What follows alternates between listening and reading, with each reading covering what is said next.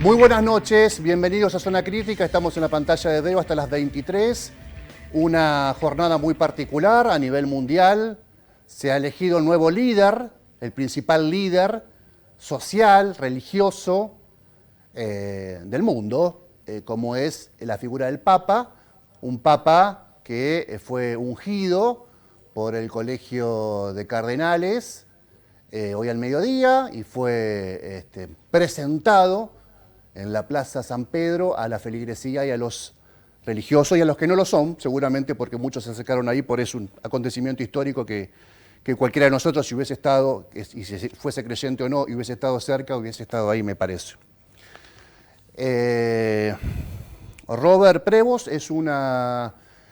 un cardenal de 69 años que viene de una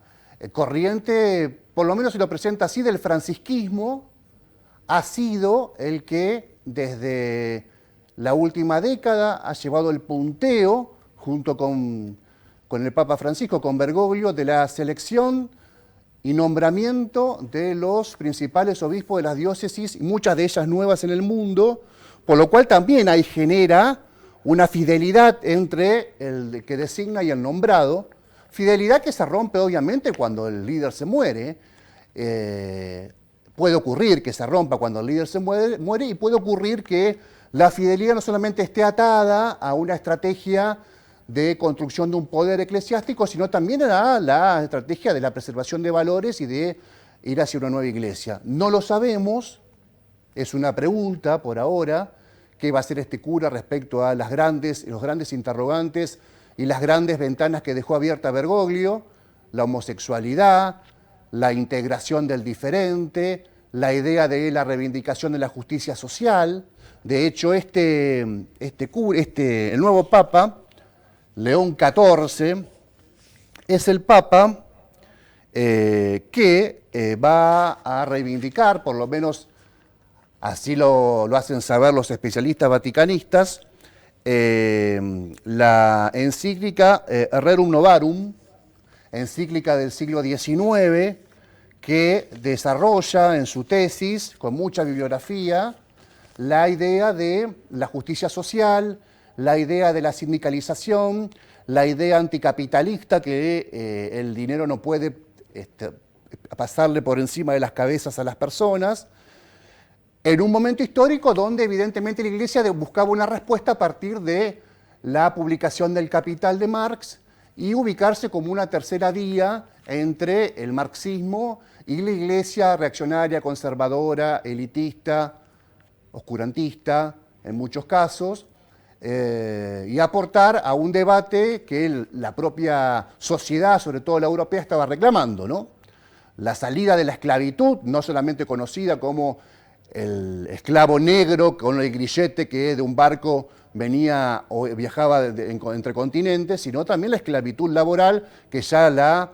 Revolución Industrial inglesa venía, o de Gran Bretaña, venía desarrollando con muchísima fuerza. Este nuevo Papa, León XIV, es un Papa que es joven, relativamente joven, va a cumplir 70 años, tiene mucho por delante. El promedio de la vida de los papas, ustedes saben que es bastante extenso, bastante largo, de ahí a que el chiste, ¿no?, muy extendido de alguien hace algo cada muerte de obispo, cada muerte de papa, ¿no? Porque duran mucho esos mandatos. Bueno, Juan Pablo II es un ejemplo más cercano, y otros no tanto, como el de Ratzinger o Benedicto XVI, que duró poco a partir de su decisión de renunciar al papado.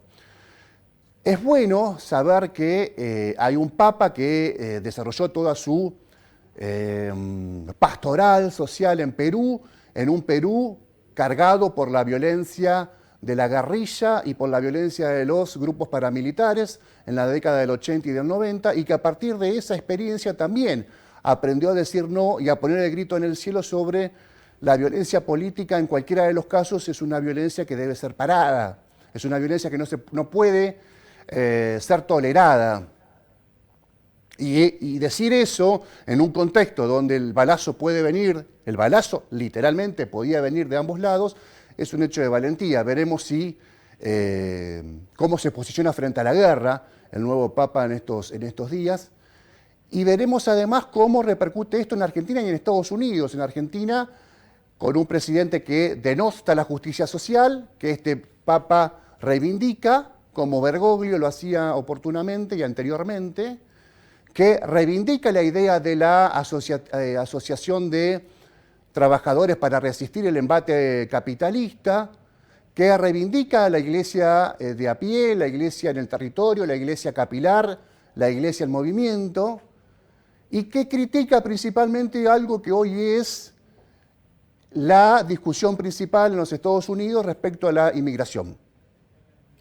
Es un sacerdote, cardenal, ahora papa, que criticó fuertemente a Trump por su política deshumanizante de echar como animales a aquellas personas que pretenden cumplir con el sueño americano y que son de otros países. Hay también una posibilidad enorme que se abre en todas las iglesias del mundo de empezar a, por fin, ¿no? Empezar a desarrollar con amplitud la idea de la pastoral social,